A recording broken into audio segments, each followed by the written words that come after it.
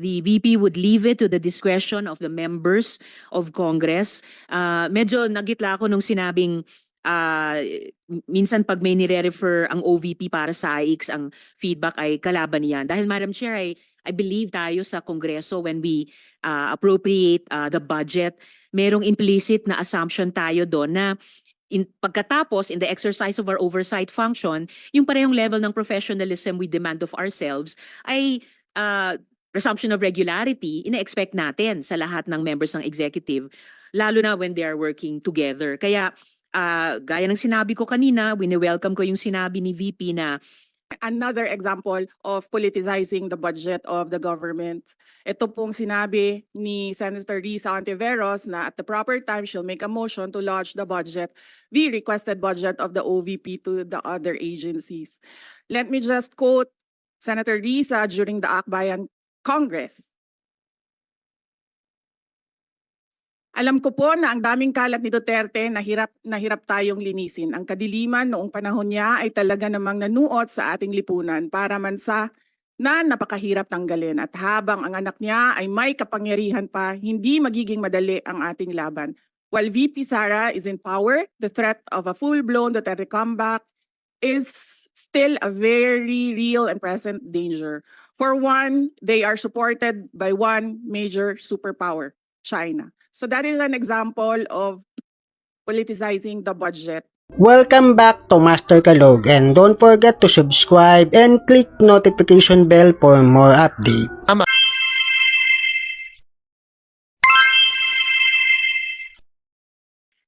Dalawang tanong lang po, Chair, para ngayong araw. Una po, I note that a huge chunk of the OVP's 2025 operations budget, 1.909 billion pesos, will be used for the delivery of socio-economic programs, such as one, medical and burial assistance program. This supplements other healthcare programs of the government to assist indigent individuals and families. For 2025, 771.445 million will be allocated for the program. Sa loob niyan, 600 million pesos for medical assistance and 171.445 million for burial assistance, which are, Madam Chair, very similar to the medical assistance to indigent or financially incapacitated patients program o MAIF-IP of the DOH. And DSWDs, Assistance for Individuals in Crisis Situations, or AICS. Pangalawa, disaster operations, which aims to provide relief goods to disaster-stricken areas not commonly reached by other agencies. Para doon, 101.644 million pesos. And is also similar doon naman sa disaster risk management program of the DSWD. Third, relief for individuals in crisis and emergencies, or providing food boxes or food items to families who are ineligible for OVP's other services. So 50 million pesos, which is also similar to DSWD's AIX. And last, Magnegosyo Taday, livelihood assistance for those with entrepreneurial skills, 150 million pesos, which is also similar to DOLES naman, Integrated Livelihood Program o DLIP. So, ang tanong ko po dito, Madam Chair, anong nag-lead sa OVP na mag-consider na i-launch yung ganitong programs? May ginawa bang studies para suportahan yung pagkakaroon ng ganitong programs na parallel naman sa katulad at existing programs ng iba't iba nating line agencies, Madam Chair? Yes, Madam Chair. Thank you.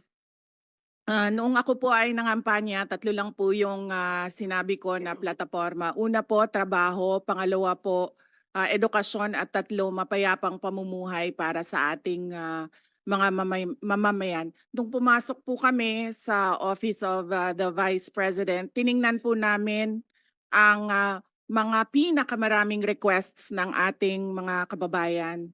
Una-una po, ang lagi po naming natatanggap na request ay medical and burial assistance. Pangalawa po ay financial assistance. Pangatlo, lagi silang humihingi ng tulong sa pagkain. At pang-apat, very recently sa tali ng mga Mga requests, no? Yes, sa tali ng mga requests is yung educational assistance na sinasabi ng mga kababayan natin. Sinasabi namin lagi sa kanila, libre naman yung public schools. Ngayon ay libre na rin yung higher educational institutions. Pero sinasabi nila nahihirapan kasi sila sa plete, nahihirapan sila sa pabaon ng mga bata at sa pagkain ng mga bata. Kaya meron kaming bago, ito yung educational assistance. At ang panghuli naman, lagi naming tatanggap na request galing sa ating mga kababayan ay kapag sila ay naging biktima ng disaster, whether man-made or natural disasters. So sila po ay lumalapit sa Office of the Vice President. Totoo po, merong mga ibang local government units at ibang national government agencies na ganito po ang kanilang programa. Pero po, nung ako ay umupo as a Vice President, I took an oath, and doon sa oath, I said that I will do justice to every man. So hindi po kami pwedeng humindi sa mga tao na humihingi ng tulong, lalong-lalo na ay kaparte ng gobyerno ang Office of the Vice President. Salamat, VP, Madam Chair. Sabi nga ng VP, Madam Chair, libre na yung public school, libre na rin yung higher education, bagamat ni-note nila na sinasabi ng mga nagre-request na nahihirapan pa rin sila sa ilang mga programs na nakalodge sa ilalim ng libreng edukasyon na iyan. Kaya nga kinonsider nilang mag-launch ng ganitong mga katulad na programs. Iko-consider ba ng VP na i-lodge na lang yung mga budgets nitong mga programa dun na lang sa mga line agencies natin, tapos mag-request na lang ang OVP ng allocation para in sync sa priorities ng executive department sa halip na magkaroon pa ng hiwalay pero magkatulad naman na programa, Madam Chair? Madam Chair, we only submit the budget and we leave it to the discretion of all the members of Congress to decide on the budget. We can only propose a budget for the Office of the Vice President. Pero magbibigay po ako ng halimbawa kung ganun po ang gagawin natin. Tulad po ng AIX ng DSWD.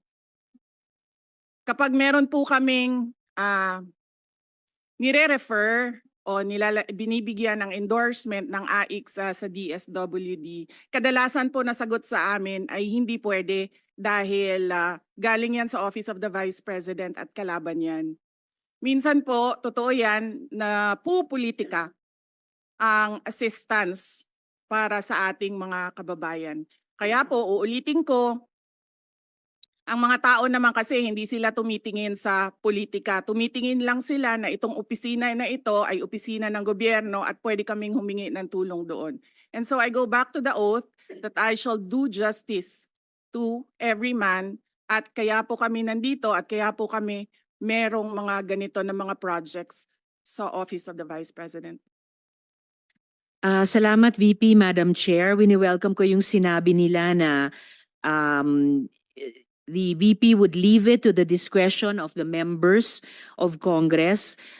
Medyo nagitla ako nung sinabing minsan pag may nire-refer ang OVP para sa AIX, ang feedback ay kalaban niyan. Dahil Madam Chair, I believe tayo sa Kongreso when we appropriate the budget, merong implicit na assumption tayo doon na pagkatapos, in the exercise of our oversight function, yung parehong level ng professionalism we demand of ourselves ay presumption of regularity, ina-expect natin sa lahat ng members ng executive, lalo na when they are working together. Kaya, gaya ng sinabi ko kanina, wini-welcome ko yung sinabi ni VP na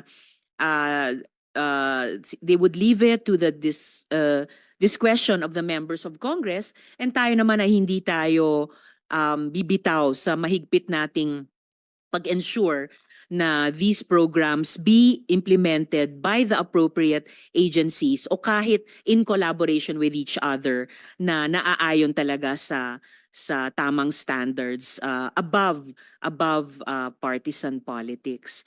And therefore, at the proper time, Madam Chair, gagawa ako ng proper motion para i-lodge yung budgets ng mga programang ito sa line agencies na may klarong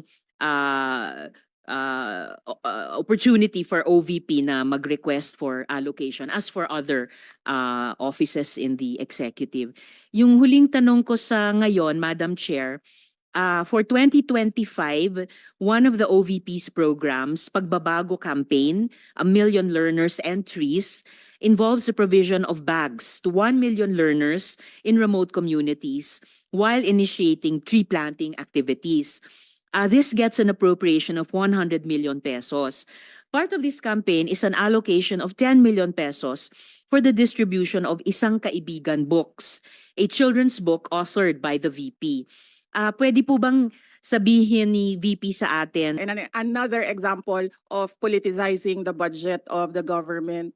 Ito pong sinabi ni Senator Risa Ontiveros na at the proper time she'll make a motion to lodge the budget, the requested budget of the OVP to the other agencies. Let me just quote Senator Risa during the Akbayan Congress. Alam ko po na ang daming kalat ni Duterte na hirap tayong linisin. Ang kadiliman noong panahon niya ay talaga namang nanuot sa ating lipunan para mansa na napakahirap tanggalin. At habang ang anak niya ay may kapangyarihan pa, hindi magiging madali ang ating laban. While VP Sara is in power, the threat of a full-blown Duterte comeback is still a very real and present danger. For one, they are supported by one major superpower, China. So that is an example of politicizing the budget of the government. May we request, Madam Chair, that Senator Risa Ontiveros repeat the last question. Kaugnay sa mga impormasyon na inyong nalaman at sa mga issue na kaakibat nito, mahalaga ang inyong opinion at katwiran. Don't forget to subscribe, like, and share. Thank you for watching.